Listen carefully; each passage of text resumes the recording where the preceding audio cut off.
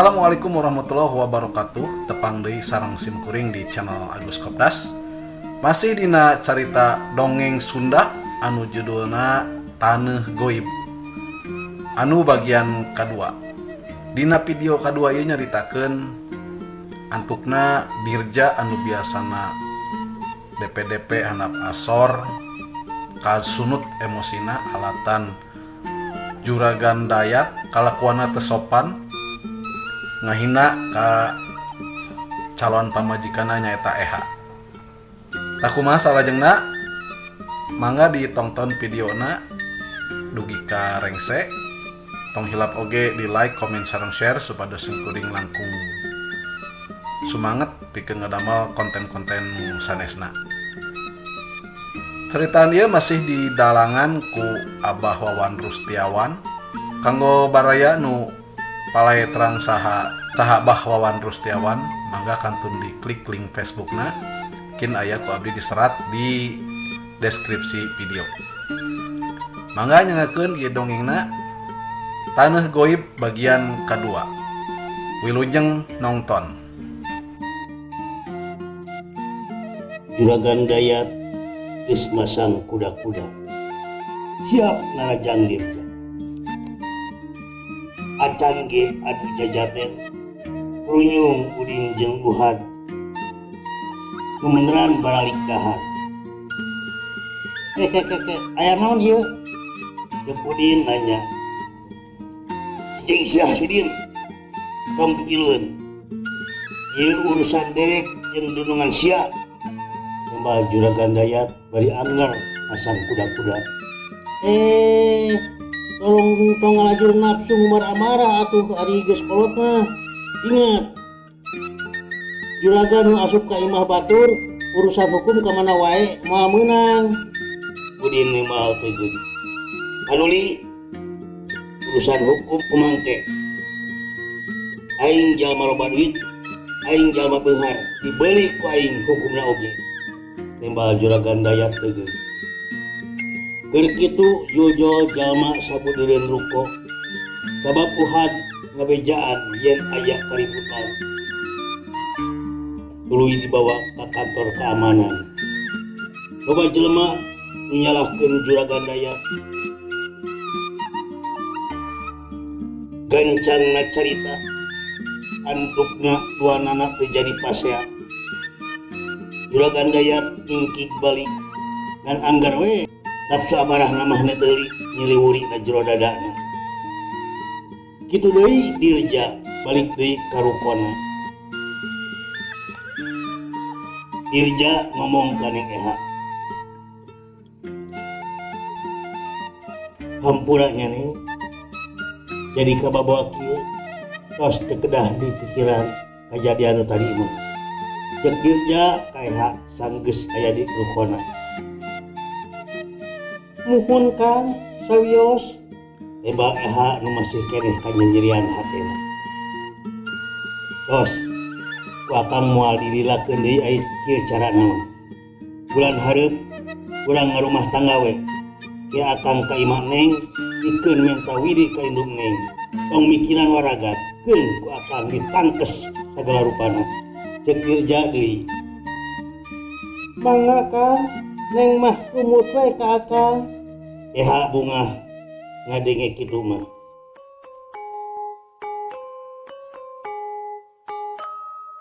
Sunda lampah eta. Urang caritakeun kaayaan di imah Juragan Dayat.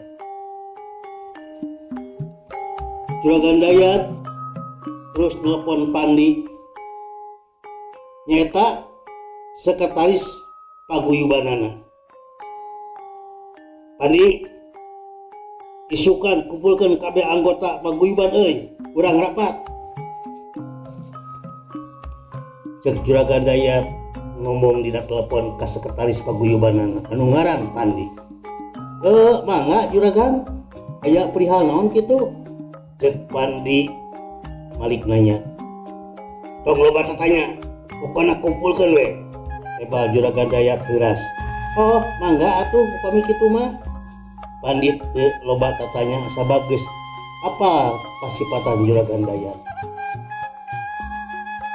Ari Lilis di kamarna keur cerik kabangi ambek ka bapana nu teu mampu ngadunan ka hayangna. Ku Juragan Dayat disampeurkeun.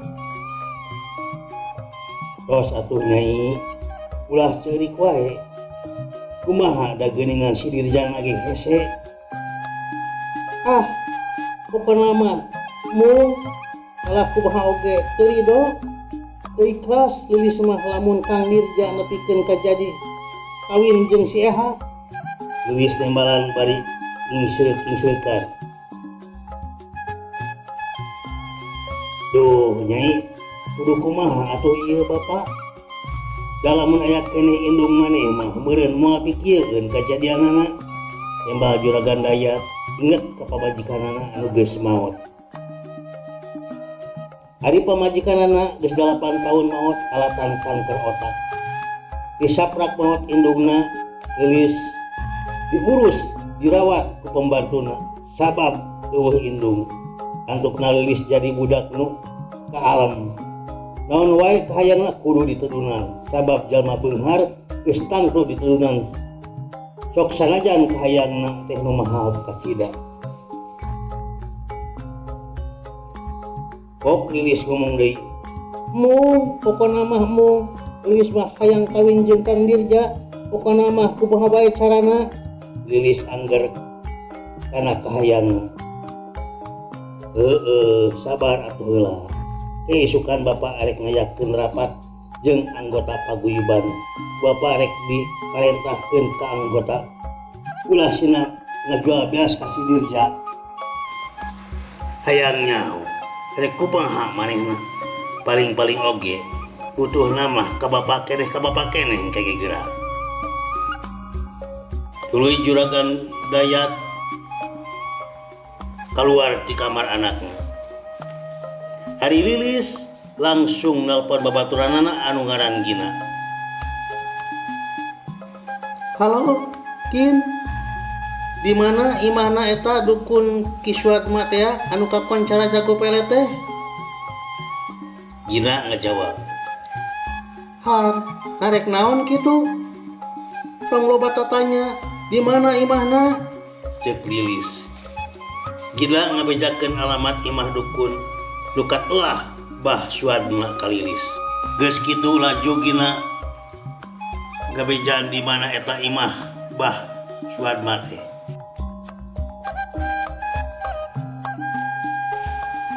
Dua poe ti harita Lilis geus tatan-tatan rek bangkat. Manehna geus ngabulutkeun tekad naon wae syaratna, sabaraha wae waragadna jeung kumaha wae carana kumanehna rek dilakona.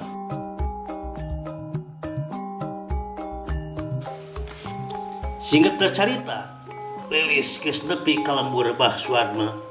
Jerut Lilis turun tina mobil, pok nyarita ka supirna. "Mangkus, amang mah mulang deui we ka imah. Homat tong bebeja ka bapa lamun Lilis ka dieu." "Kumaha lamun nanyakeun Gus bingung. "Bejakeun we tadi nganterkeun ka mall kitu. Lamun teu balik peuting ayeuna, bejakeun ngenong di imah babaturan." Cek Lilis deui. "Nya mangga atuh ari kitu mah." Tembal engkus tutuluy mangkat deui mawa mobil. Kabeneran sisi jalan eta teh aya warung.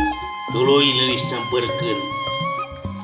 "Punten Pak, bade tumaros dupi bumina Bah Suadma. Paling mananya?"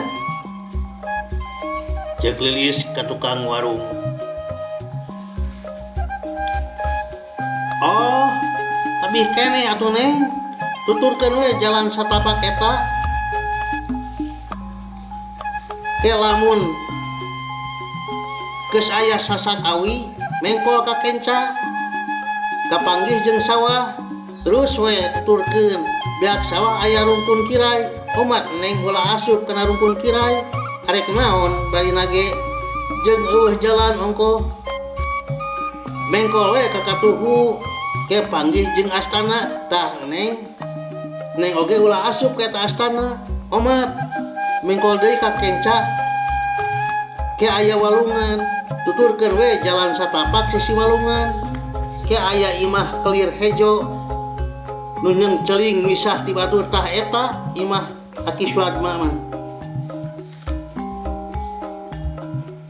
Cek nu ngawarung bari heureuy sabab geus apa tiap semah nu datang kadinya pasti arek minta jampe pelet. Oh mohon, atur nuhun pak, tembal Lilis. Oh mangga neng, tapi neng bilih bade dijajab ngangge motor. Margi tuh udah tebih. Bilih capek sareng nyasab. Margi mang tos biasa ngajajab kaditu ka Mang Suadma. Kumaha kerasa?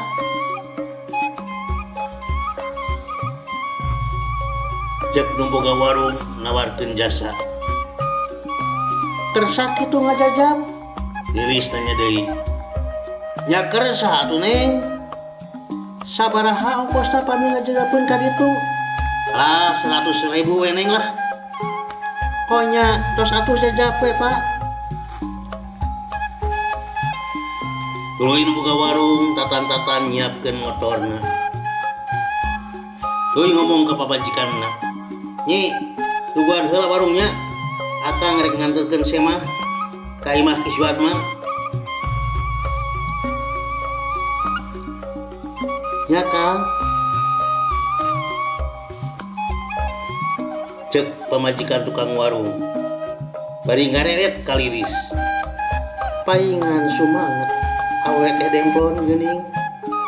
Anu rek dianterkeunana ge dirantos pamajikan tukang warung. Tuluy marangkat kana motor. Sabab jalana ukur mahi samotoreun. Nu mawa motor teh rajin ngerem ngadadak. Nyata ngerem hareup.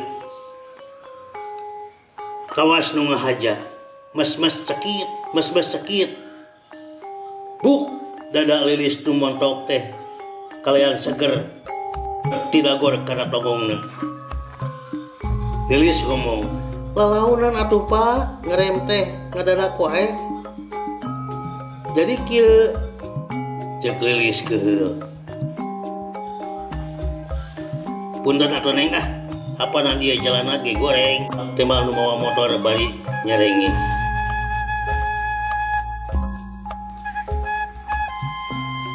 Singet carita nepi ka dituju geus dibayar mah ongkosna tuluy leos balik deui tukang warung teh. Geus tepi ka hareupeun imah nu katelah ibah Mang Suadma. Lilis uluk salam. Assalamualaikum. Punten. Waalaikumsalam. Mangga. Sora laki nemalan ti jero imah laju kadenge sora lengkah nyamperkeun panto lukat raket sabab imahna masih keneh panggung. Brai panto dibuka nyampak hiji lalaki geus kolot. Jutaya lian ti Ki Suadma luka koncara dukun ahli pelet. Lamun diuk taksir umurna 67 tahunan kira-kira. Ai geuning aya semah. Bangga atuh deung kalebat. Cek Ki Suadma. Dupi ieu laras kitu Ki Suadma. Lilis ngayakinkeun. Sumuhun neng. Ki Suadma nembalan bari panonna teh tetep seukeut. Tetepna nafsu lalaki kalawan jenisna. Oh, nya atuh cek Lilis deui. Tuluy ka jero gek diuk nasama kualini pahareup-hareup jeung Ki Suadma. Ari neng teh saha? Nu di mana aya kaperluan naon? Oh, wakca balaka kaki. Kiswat mah nereleng nanya bari anggar panonama telepas tina neuteup. Abdi Lilis ki di lembur babakan jengkol nyaeta datang ka dieu teh tayalian arek minta tulung kaki. Lilis tembalan bari tungkul sabab teu kuat nempo paletep Kiswat mah. Oh gitu. Sok balaka naon masalahna? Ieu aki Lilis teh bogoh ka hiji lalaki. Lalaki teh alah hayuh milih awe sejen. Bari jeung jelema balangsak deui.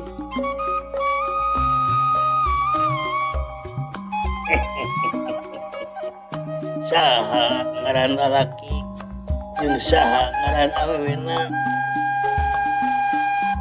Ngaran lalakina Dirja, ari awewena Eha. Pokona mah Lilis mah teu ikhlas lamun maranehna kau jadi kawin.